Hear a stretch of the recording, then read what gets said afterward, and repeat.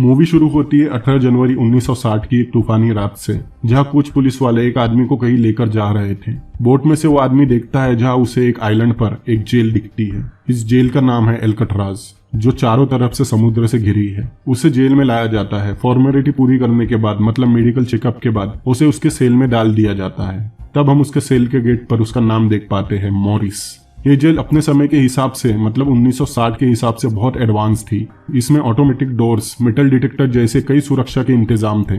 साथ ही इस जेल की सिक्योरिटी भी बहुत टाइट थी, जो हम आगे देखेंगे। दूसरे दिन सुबह गार्ड पहले कैदियों की गिनती करते हैं। सब सही रहने के बाद कैदियों के सेल खोले जाते हैं। आप देख सकते हैं यहाँ एक के ऊपर एक 3 सेल है और उसके ऊपर छत है। फिर कैदियों को लाइन में मेस में ब्रेकफास्ट के लिए भेजा जाता है। वहाँ मॉरिस को वुल्फ नाम का आदमी अजीब तरीके से घूरता है। मॉरिस वहाँ लिटमस नाम के आदमी से मिलता है, जिसके पास एक पालतू चूहा था। लिटमस उसे भी खाना खिलाता है और लिटमस और मॉरिस की दोस्ती हो जाती है। फिर उसी दिन मॉरिस को वार्डन बुलाता है। मॉरिस के वार्डन के पास जाने पर हमें पता चलता है अगर कोई कैदी जेल से भागने की कोशिश करता है तब उसे इस जेल में डाला जाता है। फिर वार्डन वहाँ पड़े नेल कटर को उठाकर अपनी और जेल की तारीफ करता है। फिर मॉरिस को इस जेल के नियम बताते बताते नेल कटर रखता है, जहाँ 2 नेल कटर थे। फिर उससे कहता है कि उससे कोई भी 2 लोग मिलने आ सकते हैं, बशर्ते वो कभी जेल न गए हों। लेकिन मॉरिस कहता है उसका कोई नहीं है और ना ही उसकी कोई फैमिली है। वार्डन फिर अपनी चेयर से उठकर मॉरिस को डराने की कोशिश करता है। फिर वापस चेयर पर बैठकर उसे बताता है कि इस जेल से अब तक जिसने भी भागने की कोशिश की थी, उनमें से कुछ पकड़े गए, कुछ को भागते हुए ही मार दिया गया और बाकी के समुद्र में डूबकर मारे गए। मतलब आज तक इस जेल से एक भी कैदी भाग नहीं पाया है और ना ही कोई भाग पाएगा। मॉरिस इसे देखकर चुपचाप चला जाता है। फिर हमें दिखाया जाता है जहाँ 2 नेल कटर थे, अब वहाँ एक ही है, मतलब एक मॉरिस ने चुरा लिया। तब हम वार्डन के पास मॉरिस का पेपर देखते हैं, जिसमें उसका IQ सुपीरियर था। वैसे मैं आपको बता दूं, असली मॉरिस का IQ 133 था, जिसे ओवर कॉन्फिडेंट में वार्डन ने नजरअंदाज किया था। फिर हम उस नेल कटर के साथ मॉरिस को देखते हैं, जिसे वो बाइबल में छुपा कर रखता है। अगले दिन नहाते वक्त वुल्फ मॉरिस के पास आता है। आप समझ ही गए होंगे क्यों, जहां मॉरिस वुल्फ को पानी के साथ बिना साबुन के ही धो देता है। अगले सीन में मॉरिस को एक गार्ड काम के लिए लाइब्रेरी लेकर आता है, जहां उसकी मुलाकात इंग्लिश से होती है, जिसे 2 आदमियों को मारने 99 साल की सजा हुई थी। हालांकि उसने उन्हें सेल्फ डिफेंस में मारा था, मगर इंग्लिश काला था और मरने वाले गोरे, इसीलिए उसे सजा हुई थी। लेकिन फिर भी ये दोनों अच्छे दोस्त बन जाते हैं। बाहर मैदान में मॉरिस की मुलाकात डॉग से होती है, जिसे पेंटिंग करना बहुत पसंद था। वो खुद की पेंटिंग में एक फूल बनाता है। डॉग एक बहुत अच्छा इंसान था। डॉग उसे बचकर रहने कहता है क्योंकि उसने वुल्फ से पंगा लिया था। फिर मॉरिस वहां बैठे इंग्लिश के पास जाता है। मॉरिस इंग्लिश से इस जेल के बारे में पूछता है। इंग्लिश बताता है इस जेल से भागना नामुमकिन है, क्योंकि जेल से भागने से पहले उसे अपने सेल से निकलना होगा। अगर वो सेल से निकल भी गया तो बाहर आने के बाद उसे बैरिकेड पार करने होंगे, जहाँ हमेशा स्नाइपर तैनात रहते हैं। वो सुरंग नहीं खोद सकता क्योंकि ये आइलैंड एक मजबूत चट्टान है, और किसी तरह बाहर आ भी गए तो सामने समुद्र है, जिससे किनारा 4 किलोमीटर दूर है, और पानी साल भर इतना बर्फीला, मतलब ठंडा रहता है कि कुछ ही समय में हड्डियां तक जम जाए। अगर कोई बहुत अच्छा तैराक है भी तो भी वो ज्यादा देर तक तैर नहीं पाएगा। और इस जेल में हर रोज 12 बार कैदियों की गिनती होती है। फिर रात में एक गार्ड मॉरिस को कारपेंटर के काम पर लगा देता है। दूसरे दिन मैदान में वुल्फ मॉरिस पर हमला करता है। इस बीच वुल्फ एक ऑफिसर को भी जख्मी कर देता है, लेकिन स्नाइपर उसे गन पॉइंट पर रोकता है। फिर वुल्फ और मॉरिस को काल कोठरी में डाला जाता है। वुल्फ को ज्यादा समय के लिए, क्योंकि उसने पहले हमला किया था, लेकिन मॉरिस को 2 दिन बाद निकाल लिया जाता है। फिर कुछ दिन बाद मॉरिस के बगल वाले सेल में नए कैदी को लाया जाता है, जिसका नाम है चार्ली। मॉरिस और चार्ली में भी दोस्ती हो जाती है। फिर बाहर चार्ली लिटमस और डॉग से मिलता है। मॉरिस डॉग से उसकी पेंटिंग के बारे में पूछता है। दरअसल डॉग वार्डन की पेंटिंग बना रहा था। वही दूसरी तरफ वार्डन अपना नेल कटर घुमाते हुए कैदियों के सेल पर एक नजर डाल रहा था। तब उसका नेल कटर गलती से डॉग के सेल में गिर जाता है, जहां वार्डन को कई पेंटिंग के साथ खुद की भी पेंटिंग दिखती है। थोड़ी देर बाद वार्डन एक ऑफिसर को बुलाकर डॉग की पेंटिंग की फैसिलिटी हमेशा के लिए छीनने का ऑर्डर देता है, क्योंकि शायद उसे डॉग की बनाई हुई खुद की पेंटिंग पसंद नहीं आई थी। एक गार्ड आकर डॉग की पूरी पेंटिंग और पेंटिंग का सामान छीन लेता है। डॉग को बहुत बुरा लगता है, क्योंकि उसके पास इसके सिवा कुछ नहीं था। दूसरे दिन कारपेंटर रूम में जाते वक्त मॉरिस डॉग से उसकी परेशानी की वजह पूछता है, मगर डॉग कुछ नहीं कहता। डॉग की ऐसी हालत देखकर मॉरिस वहां के एक गार्ड को डॉग पर नजर रखने भी कहता है, मगर गार्ड मॉरिस की बात को नजरअंदाज कर देता है। वही डॉग मॉरिस के काम के कपड़ों में कुछ रखता है। फिर कुछ काम के लिए वर्कशॉप से कुल्हाड़ी मांगता है। गार्ड उसे कुल्हाड़ी दिलवाता है। फिर डॉग गार्ड को बुलाकर उसके सामने अपने हाथ की उंगलियां काट लेता है, जिसे देखकर चार्ली को उल्टी आ जाती है और सब ये देखकर एकदम शॉक थे। दूसरे गार्ड आकर डॉग को ले जाते हैं। मॉरिस डॉग के पास जाने की कोशिश करता है मगर गार्ड उसे जाने नहीं देता।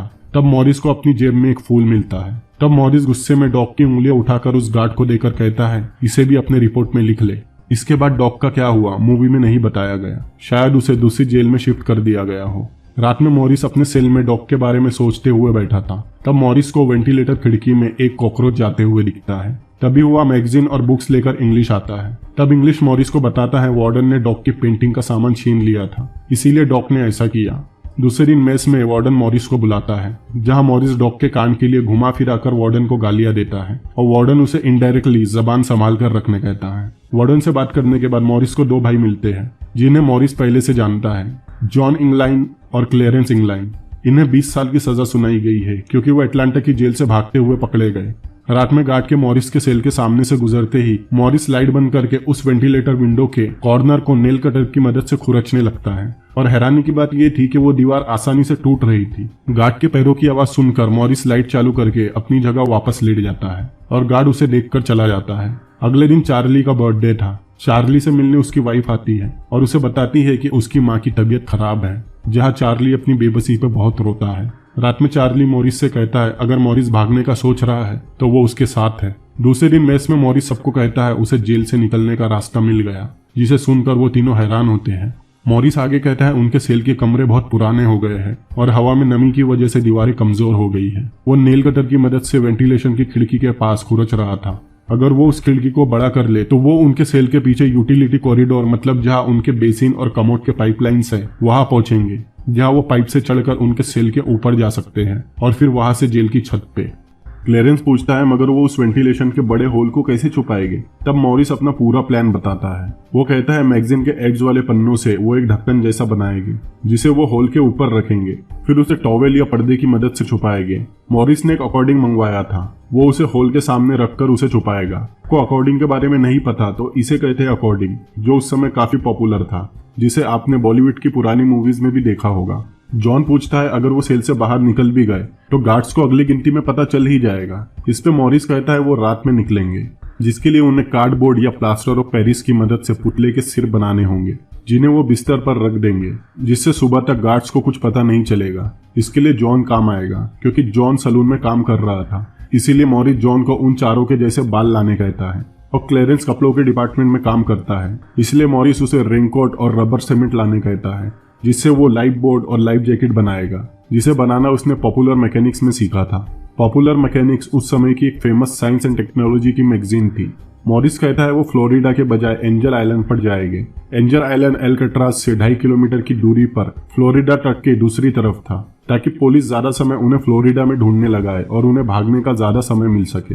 आप सोच रहे होंगे ऐसा प्लान तो सिर्फ फिक्शनल मूवी में ही कामयाब हो सकता है, लेकिन यकीन कीजिए दोस्तों, ये इम्पॉसिबल प्लान सच में बना था और कामयाब भी हुआ था। रात में मॉरिस खुदाई शुरू करने से पहले चार्ली को गार्ड पर नजर रखने कहता है और गार्ड के आने पर उसे सीटी बजाने कहता है। फिर खुदाई शुरू करता है, लेकिन इतना छोटा नेल कटर खोदने में ज्यादा काम नहीं आ रहा था और उससे मॉरिस के हाथ भी जख्मी हो रहे थे। एक दिन मेस में मॉरिस उन्हें बताता है कि नेल क्लिपर से काम नहीं बन रहा। तब अपने पास के चम्मच को देखकर मॉरिस को आइडिया आता है। मॉरिस अपना चम्मच गंदा करता है और गार्ड से दूसरा चम्मच मांगता है और जॉन किचन में काम मांगने के बहाने मॉरिस के साथ जाता है। जॉन उस गार्ड को उलझाता है और मॉरिस एक की जगह 2 चम्मच उठा लेता है। दूसरे दिन मॉरिस लिटमस से एक 10 सेंट्स का सिक्का मंगवाता है। रात में लिटमस एक सेल से दूसरे सेल पास करके कॉइन मॉरिस तक पहुंचाता है।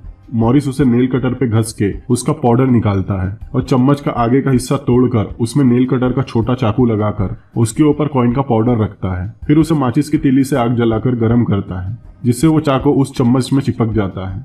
दरअसल उस समय यूनाइटेड स्टेट के कॉइन में 89.24% सिल्वर और 10.76% कॉपर हुआ करता था। अभी भी होता है या नहीं मुझे नहीं पता। फिर उसके ठंडा होने पर खुदाई शुरू करता है। थोड़ी देर बाद वहाँ एक गार्ड मॉरिस के सेल की तरफ आ रहा था, लेकिन चार्ली से सीटी ही नहीं बचती। तब वो किसी तरह गेट बजा के मॉरिस को सिग्नल देता है और मॉरिस पकड़ाते पकड़ाते बाल बचता है। गार्ड के जाने के बाद मॉरिस फिर से खोदने में लग जाता है। कुछ टाइम बाद होल काफी बड़ा हो जाता है, लेकिन वहाँ एक ग्रिल लगी थी जो 2 हुक एंकर से लॉक थी, जिसे मॉरिस को खोलना होगा क्योंकि उसे तोड़ने से आवाज आ सकती थी। अगले दिन मॉरिस को कारपेंटर की वर्कशॉप पर एक लकड़ी का टुकड़ा मिलता है जिसके ऊपर मेटल की प्लेट लगी थी। लेकिन उन्हें वर्कशॉप के बाद मेटल डिटेक्टर से गुजरना पड़ता था। इसका भी आइडिया मॉरिस के पास था। मॉरिस के गुजरते ही मेटल डिटेक्टर बजने लगता है। तब मॉरिस खुद ही वो लकड़ी का टुकड़ा दिखाता है और कहता है वो इसे कपड़े टंगाने लेकर जा रहा है, लेकिन गार्ड उससे वो लकड़ी का टुकड़ा छीन लेता है। लेकिन मॉरिस ने दूसरा टुकड़ा अपने जूते के हिल में छुपाकर ला लिया था। फिर मॉरिस उस लकड़ी के टुकड़े की मदद से उस हुक को पैर से दबाकर खोल लेता है।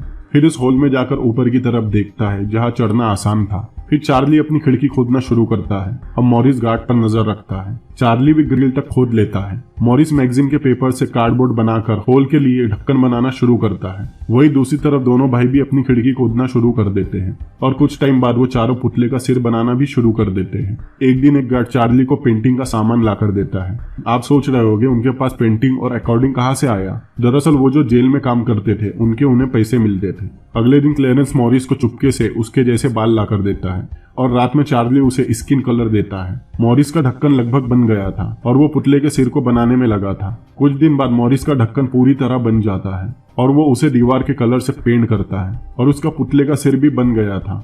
मॉरिस सिर को स्किन कलर से पेंट करता है और उसमें बालों से आईब्रो और बाल लगाता है। आपको बता दो बाकी भी यही काम कर रहे थे, मगर हमें कहानी मॉरिस के जरिए ही दिखाई गई है। फिर एक रात मॉरिस उस नकली सिर को बिस्तर पर रखकर उस खिड़की से निकलता है और उस ढक्कन को लगा देता है। फिर यूटिलिटी एरिया से सेल के ऊपर चढ़ता है। सेल के ऊपर जाने के बाद उसे वेंटिलेटर शाफ्ट दिखता है, लेकिन वो बहुत ऊपर था और वहां लोहे की रॉड्स लगी हुई थी। मॉरिस के सेल के पास एक गार्ड आता है और उसे बहुत देर तक हिलता ना देख वो उसे हाथ लगाता है, मगर मॉरिस वापस आ चुका था। अगले दिन मेस में मॉरिस सबको पिछली रात की बात बताता है। फिर उनसे उनकी तैयारी के बारे में पूछता है, जहां जॉन की तैयारी पूरी हो चुकी थी। क्लेरेंस का पुतला बनना बाकी था, लेकिन चार्ली की तैयारी ठीक नहीं थी। यह चार्ली उनकी सबसे कमजोर कड़ी था। जॉन ने पहले ही बहुत सारे रेनकोट और रबर सीमेंट ला लिए थे, इसीलिए आज रात मॉरिस और जॉन ऊपर जाने का फैसला करते हैं ताकि वो लाइफ जैकेट बनाना शुरू कर सके। फिर हम सीधा रात का सीन देखते हैं जहां जॉन और मॉरिस सेल के ऊपर चढ़ते हैं। ऊपर वो लाइफ बोर्ड बनाना शुरू करते हैं। फिर मॉरिस जॉन की मदद से उन वेंटिलेटर शाफ्ट की रॉड तक पहुंचता है। रॉड को वो किसी पाइप की मदद से उनके निकलने की जगह बना सकते थे, लेकिन वेंटिलेटर शाफ्ट के ऊपर लोहे का ढक्कन था जो लोहे के रिबिट से लगा हुआ था। वहाँ बिजली का आउटलेट था। मॉरिस कहता है उन्हें एक टॉर्च और ड्रिल मशीन चाहिए। अगले दिन म्यूजिक रूम में मॉरिस को एक छोटा टेबल फैन दिखता है। मॉरिस लिटमस से एक्सटेंशन कॉर्ड और ड्रिल बिट लाने कहता है, क्योंकि लिटमस स्पेयर पार्ट्स के वर्कशॉप में काम कर रहा था। तब हमें ये भी पता चलता है उन चारों ने अकॉर्डिंग मंगवाए हैं। म्यूजिक खत्म होने के बाद मॉरिस चुपके से टेबल फैन को अपने अकॉर्डिंग के बॉक्स में रख लेता है। बाहर आते वक्त गार्ड उसका बैग चेक करने कहता है। तब मॉरिस कॉन्फिडेंट में कहता है, लो चेक कर लो। और वही चार्ली थोड़ा घबराया हुआ था, इसीलिए गार्ड चार्ली का बैग चेक करता है और मॉरिस को जाने देता है। एक रात मॉरिस फैन में ड्रिल बिट जोड़ता है और जॉन ने टॉर्च भी ला लिया था। वही जॉन को एक पाइप मिलता है जो ढीला था। थोड़ी कोशिश करने के बाद वो पाइप निकल जाता है। फिर वो दोनों ड्रिल और पाइप लेकर सेल के ऊपर जाते हैं, जहां वो पेट्रोलिंग कर रहे गार्ड से बाल बाल बचते हैं। मॉरिस जॉन की मदद से उस वेंटिलेटर शाफ्ट की रॉड से उल्टा लटक कर उन रॉड को टेढ़ा कर जगह बनाता है और उसके ऊपर चढ़ता है। फिर ड्रिल से उस वेंटिलेटर ढक्कन में लगे लोहे के रिबिट्स को निकालता है। एक दिन मूवी देखते समय चार्ली कहता है उसका कार्डबोर्ड खिड़की से बार बार फिसल रहा है। मॉरिस उसे कोने में थोड़ा रबर सीमेंट लगाने कहता है। जॉन कहता है लाइफ जैकेट और वेंटिलेटर शाफ्ट का काम मंगलवार तक खत्म हो जाएगा। तब मॉरिस मंगलवार की रात में ही निकलने का फैसला करता है। अगले दिन मेस में वो पांचों बैठे थे। मॉरिस एक फूल में पानी डाल रहा था जो डॉग को बहुत पसंद था। लिटमस बताता है 15 साल पहले डॉग और लिटमस ने मिलकर ये फूल लगाए थे। ये लाइन बहुत इंपॉर्टेंट है, आप याद रखिएगा। तभी वह वार्डन आता है और रूल्स का बहाना बताकर उस फूल को उठाकर मसल देता है। लिटमस ये देख नहीं पाता, वो वार्डन को मारने उठता है, मगर अचानक उसे स्ट्रोक आ जाता है और लिटमस वही दम तोड़ देता है। वार्डन कहता है कुछ लोग एल्काट्राज जेल से जीते जी बाहर नहीं जा सकते और वार्डन उस फूल को मॉरिस के सामने फेंक कर चला जाता है। फिर उस रात अचानक वार्डन मॉरिस का सेल चेक करने आता है। गार्ड मेटल डिटेक्टर से मॉरिस का बिस्तर चेक करता है। वही वार्डन उस कार्डबोर्ड के पास आकर बैठता है जिसके सामने अकॉर्डिंग का बॉक्स रखा हुआ था। वार्डन वो बॉक्स हटाकर खोलता है, लेकिन मॉरिस बिल्कुल पैनिक नहीं होता। वार्डन मॉरिस से पूछता है उसने इसे बजाना सीखा या नहीं, लेकिन वार्डन का ध्यान बॉक्स की तरफ नहीं जाता। वार्डन जाते जाते बोलता है उसे अकॉर्डिंग सीखने के लिए बहुत समय मिलेगा। मॉरिस चैन की सांस लेता है। वार्डन गार्ड से मॉरिस के बारे में पूछता है। गार्ड कहता है कुछ खास नहीं, बस मॉरिस चार्ली से देर रात बात करता है। कमीना वार्डन मॉरिस को उस सेल से शिफ्ट करने कहता है। गार्ड कहता है मॉरिस को हटाने कुछ पेपर वर्क करना होगा, जिसके लिए बुधवार तक का समय लगेगा। वार्डन मॉरिस को मंगलवार सुबह तक हटाने का ऑर्डर देता है। आपको याद होगा मॉरिस ने मंगलवार रात में भागने का प्लान बनाया है और वार्डन ने मॉरिस को मंगलवार सुबह हटाने का ऑर्डर दिया है। दूसरे दिन ब्रेकफास्ट के समय हम मॉरिस के पुराने दोस्त वुल्फ को देखते हैं, जिसे इतने समय बाद काल कोठरी से निकाला गया है। मॉरिस को देखते ही वुल्फ उसे जान से मारने की धमकी देता है। उसके जाने के बाद जॉन उसे सावधान रहने कहता है। तब मॉरिस कहता है वो वुल्फ को इतना मौका ही नहीं देगा। मॉरिस कहता है वो सब आज रात में ही भागेंगे। मॉरिस सबको लाइट बंद होते ही सेल के ऊपर बुलाता है। बाहर मैदान में वुल्फ चाकू लेकर मॉरिस को मारने आता है, मगर मॉरिस तक पहुंचने से पहले ही वुल्फ को इंग्लिश रोक लेता है और उसका चाकू छीन कर अपने साथ ले जाता है। वुल्फ इंग्लिश को कुछ नहीं कर सकता था, क्योंकि इंग्लिश का जेल में पूरा काले लोगों का गैंग था। रात में इंग्लिश बुक्स और मैगजीन लेकर मॉरिस के पास आता है। मैगजीन देने के बाद मॉरिस इंग्लिश को गुड बाय कहकर हाथ मिलाता है, जिससे इंग्लिश समझ जाता है मॉरिस आज रात भागने वाला है। इंग्लिश भी उसे गुड बाय कहकर मुस्कुराते हुए चला जाता है। अब प्लान के मुताबिक लाइट बंद होते ही वो सब सेल के बाहर मिलते हैं। मॉरिस चार्ली को आवाज देता है, मगर चार्ली बहुत घबरा गया था। वो सब सेल के ऊपर चढ़ने लगते हैं और गार्ड राउंड पर था। वो मॉरिस के सेल में देखता है, जहां वो पुतले का सिर देखकर आगे बढ़ जाता है और चार्ली बच्चों की तरह रो रहा था। सेल के ऊपर चढ़ने पर मॉरिस नीचे चार्ली को देखता है, मगर चार्ली नहीं निकलता। लेकिन वो रुक नहीं सकते थे, इसीलिए लाइफ जैकेट लेकर वेंटिलेटर शाफ्ट की तरफ बढ़ते हैं। पहले क्लेरेंस ऊपर जाता है और शाफ्ट का ढक्कन गिराता है। आवाज सुनकर लाइट हाउस का गार्ड उस तरफ लाइट घुमाता है, मगर कुछ न दिखने पर लाइट बंद कर देता है। फिर क्लेरेंस छत पर आता है और बारी बारी मॉरिस और जॉन भी छत पर आ जाते हैं। वही चार्ली अब संभल गया था। वो कार्डबोर्ड हटाने की कोशिश करता है, मगर वो चिपक गया था। याद है, कार्डबोर्ड ढीला होने की वजह से मॉरिस ने चार्ली को उसके किनारे पर रबड़ सीमेंट लगाने कहा था, मगर चार्ली ने कुछ ज्यादा ही सीमेंट लगा दिया था। कार्डबोर्ड ना निकलने पर चार्ली उसे तोड़ देता है और ऊपर जाने निकलता है। वही वो तीनों दबे पांव आगे बढ़ रहे थे। बिल्डिंग की दूसरी तरफ जाने के बाद मॉरिस शाफ्ट की तरफ उम्मीद से देखता भी है कि शायद चार्ली आ जाए। वही चार्ली सेल के ऊपर चढ़ रहा था और वो तीनों बिल्डिंग के कोने पर पहुंचकर अपनी लाइफ जैकेट पहनते हैं और वहां के पाइप के जरिए नीचे उतरने लगते हैं। नीचे उतरने के बाद वो बैरिकेड को पार करने लगते हैं। वही चार्ली वेंटिलेटर शाफ्ट तक पहुंच गया था। चार्ली उछलकर रॉड्स को पकड़ने की कोशिश करता है, मगर वो बहुत ऊपर थी। उस तक बिना दूसरे की मदद से पहुंचा नहीं जा सकता था। वही वो तीनों बैरिकेड पार करके पानी की टंकी के पास से समुद्र की तरफ बढ़ते हैं। उन्हें कैसे पता चला कि पानी की टंकी के पास से वो समुद्र तक आसानी से पहुंच सकते हैं? जब मूवी की शुरुआत में वार्डन ने मॉरिस को मिलने बुलाया था, तब वह एल्कट्राज जेल का 2D मॉडल रखा हुआ था, जिसे मॉरिस ने बहुत ध्यान से देखा था। वो तीनों गार्ड की नजरों से बचते हुए किनारे तक पहुंचते हैं और लाइफ जैकेट और लाइफ बोर्ड में हवा भरने लगते हैं। वही चार्ली बहुत कोशिश करने के बाद हार मान जाता है और वही वो तीनों जैकेट और बोर्ड में हवा भरते हैं, फिर समुद्र में उतरकर तैरते हुए एल्कट्राज से निकल जाते हैं। अब सुबह गार्ड सबको उठाने आता है, जहाँ चार्ली हताश और निराश खड़ा था। गार्ड मॉरिस को आवाज लगाता है। उसके ना उठने पर गार्ड उसके सेल में जाता है और जैसे ही वो उसका बिस्तर हटाता है, मॉरिस का पुतला गिरता है और जेल में सायरन बजते हैं। सायरन सुनकर इंग्लिश मुस्कुराता है। फिर उनका सर्च ऑपरेशन शुरू होता है। हेलीकॉप्टर से वार्डन एंजल आइलैंड पर पहुंचता है। एंजल आइलैंड पर पुलिस को क्लेरेंस का रेनकोट से बना एक छोटा बैग मिलता है, जिसमें कुछ फोटोज थी। वार्डन कहता है वो डूब गए होंगे, वरना वो इसे अपने साथ लेकर जाते। ऑफिसर कहता है शायद उन्होंने जानबूझकर छोड़ा हो। वही चट्टानों पर वार्डन को एक फूल मिलता है जो डॉग को पसंद थे। वॉइस वार्डन आकर वार्डन को बताता है उसे अथॉरिटी ने वॉशिंगटन बुलाया है। वार्ड उससे पूछता है क्या ये फूल इस आइलैंड पर उगते हैं? वो कहता है नहीं, ये फूल एल्कट्राज आइलैंड पर होते हैं। वो बताता है कल रात लहरें हल्की थी और कोहरा भी कम था, लेकिन वार्डन कहता है वो डूबकर मर चुके हैं। लेकिन उसके हाथ में वो फूल सबूत था, वो लोग इस आइलैंड तक पहुंचे थे। वार्डन गुस्से में फूल को मसल कर पानी में फेंक देता है। मूवी के एंड क्रेडिट में बताया जाता है उन तीनों को ढूंढने के लिए बहुत बड़ा सर्च ऑपरेशन चलाया गया। एजेंसी को उनकी बॉडी नहीं मिली, इसीलिए शायद वो बच गए होंगे। इसके बाद 1 साल के अंदर ही एल्कट्राज जेल को बंद कर दिया गया और यही ये मूवी बहुत सारे सवालों के साथ खत्म हो जाती है। अब मैं आपको दिखाता हूँ असली एल्कट्राज। तो ये है असली एल्कट्राज जेल। मॉरिस और इंग्लैंड भाइयों के जेल से भागने के बाद इस जेल को बंद करके म्यूजियम में बदल दिया गया, जहाँ आज भी उन लोगों की वो चीजें वैसी ही रखी है जिन चीजों की उन्होंने भागने में मदद ली थी। जैसे ये देखे, ये है वो पुतले जो उन्होंने बनाए थे। वो ऐसे उन्हें बिस्तर पर रखते थे ताकि गार्ड को शक न हो। ये है वो कार्डबोर्ड जो उन्होंने बनाया था। ये वो चीजें जिससे वो खुदाई करते थे। ये है कस्टम मेड ड्रिल मशीन और ये है सेल के ऊपर का उनका वर्कशॉप। और फाइनली ये है वो तीनों जिन्होंने इतिहास रचा था। ये है मास्टरमाइंड फ्रैंक मॉरिस और ये है इंग्लैंड ब्रदर्स। अब इस केस से जुड़ी मिस्ट्री बताता हूँ। दरअसल उन तीनों को बाद में देखा ही नहीं गया, न जिंदा न मुर्दा, जिसकी वजह से FBI ने माना कि वो डूबकर मर चुके होंगे, क्योंकि इसके पहले जिन लोगों ने भागने की कोशिश की थी वो डूबकर मर गए थे। मगर सवाल यही उठता है, जो लोग मरे थे FBI को कैसे पता चला वो डूबकर मरे हैं? क्योंकि उनकी लाश मिली थी। मगर इन तीनों की लाश कभी नहीं मिली। इंग्लैंड ब्रदर्स बचपन से ही बहुत बढ़िया तैराक थे।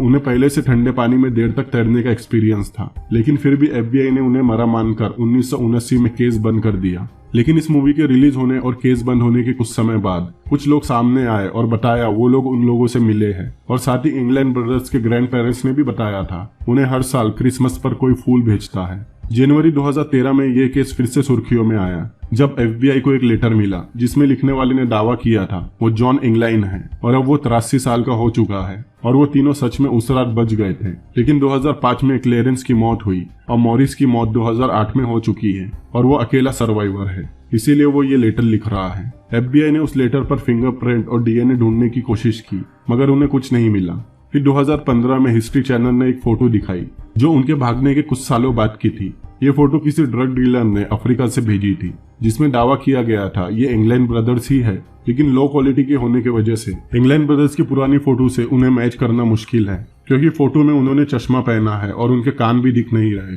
तो आपको क्या लगता है, वो सच में बचे होंगे या डूबकर मर गए होंगे? मुझे कमेंट करके जरूर बताएं।